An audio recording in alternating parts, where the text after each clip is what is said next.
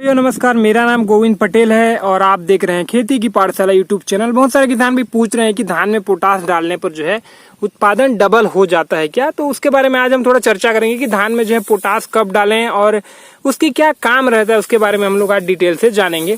देखिए, पोटास जो है एक महत्वपूर्ण तत्व होता है। नाइट्रोजन, फास्फोरस और पोटास, ये तीनों जो है लगभग बराबर के जो ये खाद होते हैं, बराबर पौधे की जरूरत पड़ती है। लेकिन फिर भी जो है उसकी कुछ टाइमिंग रहती है, जिसका अगर हम लोग फॉलो करते हैं तो हमको जो है कम पोटास में जो है ज्यादा उत्पादन या फिर पोटास का बराबर जो है उपयोग होता है। देखिए, पोटास का काम क्या रहता है, सबसे पहले उसके हम लोग थोड़ा सा चर्चा करते हैं। देखिए, पोटास में जो काम रहता है वो रहता है कि पौधे को जो है मजबूत करना, और जो नाइट्रोजन रहती है, जिंक रहते हैं, फास्फोरस रहती है, अन्य जो तत्व रहते हैं उनको जो है पौधे को मतलब कि खाने में उसका सहयोग करना। मतलब कि अगर वो ना रहे ना तो फिक्स होकर जो है बहुत से जो नाइट्रोजन वगैरह पड़े रहते हैं, या फिर जो चयापचय प्रक्रिया रहती है पौधे, वह जो है प्रॉपर तरीके से पूरा नहीं कर पाता है। तो इसीलिए पोटास एक तो बहुत ही जरूरी होता है। दूसरा चीज, वो जो है तने को थोड़ा मजबूत रखता है। तने में जो ये जो क्लोरोफिल या फिर ये जो सेल रहते हैं ना, इनको वो जो है मजबूत करता है। तो तने में मजबूतीपन रहने की वजह से जो है आसानी से एक तो गिरता नहीं है। दूसरा चीज, बीमारी ढंग जल्दी से नहीं लगता। कोई भी कीट या बीमारी जो है अगर पोटास बराबर मात्रा में पड़ी है तो इतने आसानी से जो है पौधे को अटैक नहीं कर पाता है। तो वह जो है एक पोटास का काम रहता है।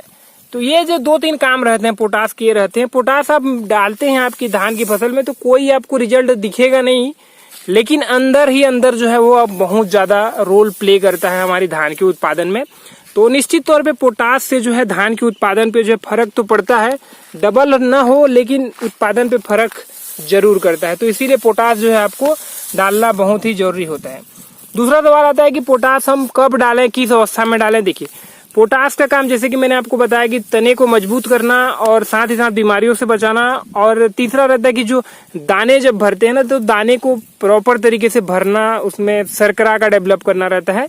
कंद वर्गीय फसल में आप देखेंगे कि आपको पोटास बहुत ही जरूरी होता है, खासकर आलू और जो कंद रहते हैं, शकरकंद वगैरह, ये सब की जो खेती करते हैं उनको जो है पोटास डालना बहुत ही जरूरी होता है, क्योंकि उससे कंद की साइज बढ़ते हैं, क्योंकि वो शर्करा को बढ़ाता है। शर्करा बढ़ाएगा तो कंद और दाने के आकार जो है वो बढ़ते हैं। तो आपको जो है पर एकड़ लगभग जो है 25 केजी जो पोटास रहती है वो सफिशियंट होता है धान की फसल के लिए। 25 से लेकर 30 केजी तक आप डाल सकते हैं।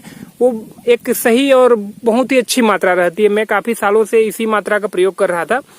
तो मेरा क्या रहता है कि मैं शुरुआती में जो है लगभग 10 से 15 केजी, मतलब जो फर्स्ट टाइम यूरिया जो हम लोग देते हैं या फिर अब बेसल डोज में भी दे सकते हैं, उस अवस्था में देता हूँ। और उसके बाद जो 10 केजी रहती है, 10 से 15 केजी जो रहती है, उसको जो है मैं गभोट अवस्था में देता हूँ। जब पौधे मतलब कि गभोट जब होती है, गभोट अवस्था में, उस अवस्था में मैं देता हूँ। तो पहले वाली जो अवस्था रहती है वो क्या करता है कि पौधे को जो है नाइट्रोजन वगैरह लेने में भी सहयोग करता है, पौधे को मजबूत करता है।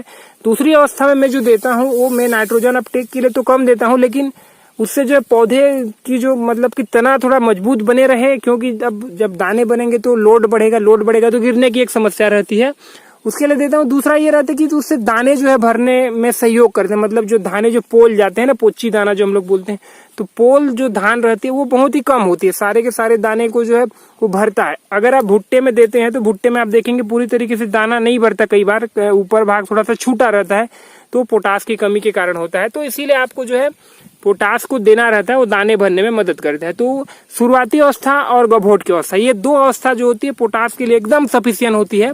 ये वाली अवस्था में आप दीजिए, आप देखेंगे निश्चित तौर पे आपको काफी अच्छा रिजल्ट जो है आपकी धान में देखने को मिलेगा। तो फिलहाल आज की वीडियो में बस इतना ही। इससे संबंधित कुछ भी सवाल है, सुझाव तो प्लीज आप नीचे में कमेंट करिएगा, और वीडियो अच्छा लगा तो हर बार की तरह लाइक करके हमारे चैनल को भी सब्सक्राइब जरूर करिएगा। धन्यवाद।